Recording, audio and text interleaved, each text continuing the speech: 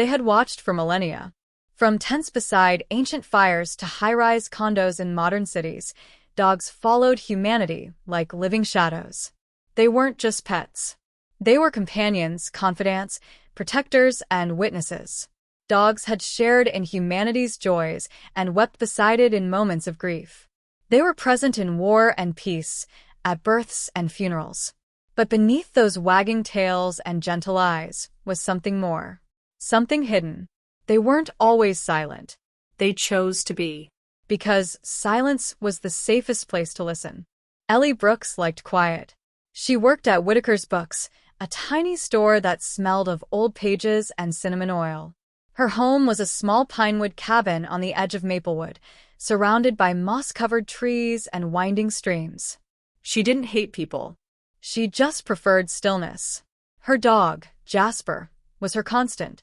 A mutt with one floppy ear and intelligent brown eyes. She had adopted him from the shelter 7 years ago. He had never barked much. He never chewed shoes, never chased cats. Jasper watched. Always watched. The morning he spoke started like any other. A drizzle tapped the windows. The radio played soft jazz. Ellie spooned oatmeal into a chipped ceramic bowl. "Ellie," said Jasper, "we need to talk about humans." She dropped the bowl. What did you just say?" she whispered. Jasper blinked slowly. "I said, we need to talk." Ellie backed into a chair. She stared at him, eyes wide, heart hammering. "Am I losing it?" "No," he replied calmly. "We've always been able to talk. We just don't. Because humans aren't ready." Over the next few days, Jasper spoke only to her. He explained everything. Dogs were not just domesticated animals. They were guardians. Sent by an ancient, interstellar alliance known as the Kindred Pact.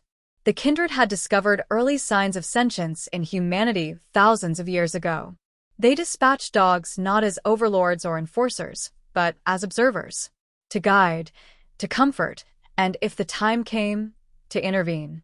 "We saw something in you that we hadn't seen in a very long time," Jasper explained. "The ability to feel for others. Real empathy. But it's fading. Quickly." Ellie couldn't keep it to herself. Not forever. She filmed Jasper with her phone. The footage showed him calmly sitting on the rug, explaining the mission of dogs in fluent English. She hesitated, then uploaded it to YouTube with the title, "My dog just talked to me. And what he said scared me." 12 hours later, it had 8 million views. Some thought it was AI. Others thought it was a prank. But then, dogs across the world began to speak. Some in public parks. Others on live television. In New York, a corgi corrected a news anchor on world history. In Lagos, a mutt gave a moving monologue about climate grief. In Kyoto, a Shiba Inu wrote a poem in the dirt. There was no denying it anymore. Dogs could talk. And they had things to say. Governments panicked. Military leaders feared a global biological intelligence threat. Emergency meetings were held in the UN. But the dogs didn't want war. They didn't want power. They wanted change. "You wage war over invisible lines," they said. "You burn forests and poison oceans for profit. You create machines that addict you and isolate your children. You are asleep in a burning house." They asked not for loyalty, but for listening. A golden retriever in Berlin said, "We're not here to lead you.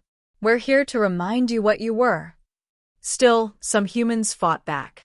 Dogs were seized, studied, silenced. But others, especially children, listened. Across the world, movements rose. #TruthWithTales trended for months. Schools created empathy circles. Elderly people who hadn't spoken in years sat on porches, sharing secrets with their old companions. People began to remember.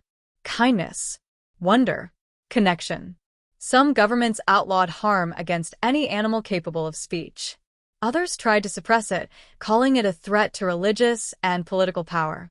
Ellie became an unexpected leader in this chaotic new world. She never asked for it. But Jasper insisted. "You believed first," he said. "And that makes you dangerous, in the best way." Years passed. Ellie and Jasper traveled to every corner of the earth. They sat in war zones, in orphanages, in city halls. Empathy slowly became part of policy. Not overnight, not perfectly, but it began. And Jasper began to age. He moved slower, slept more. His voice softened. One autumn evening, beneath an old oak tree behind Ellie's cabin, he lay curled on a blanket, looking up at the stars. "Did we do enough?" Ellie asked. Jasper's tail thumped once. "You listened," he said. "That's more than most do." She stroked his head, tears slipping silently down her cheeks. "Where do good dogs go?" she asked. "Good dogs don't go to heaven," he murmured. "We stay. We watch. Because maybe heaven is something we build, not somewhere we go." Then, with a final breath, Jasper closed his eyes. Statues were never built for the dogs. They wouldn't have wanted them. Instead, every year on the day of the first bark, people gather in parks, living rooms, forests, and fields. They sit beside their dogs and just listen. Children are taught that the first language isn't words, it's kindness. And dogs, more than anyone, speak it fluently. Somewhere, in a quiet place beneath tall pines, there is a girl with streaks of gray in her hair. And beside her walks a dog, silent again, but no less wise. Still watching, still hoping, still listening.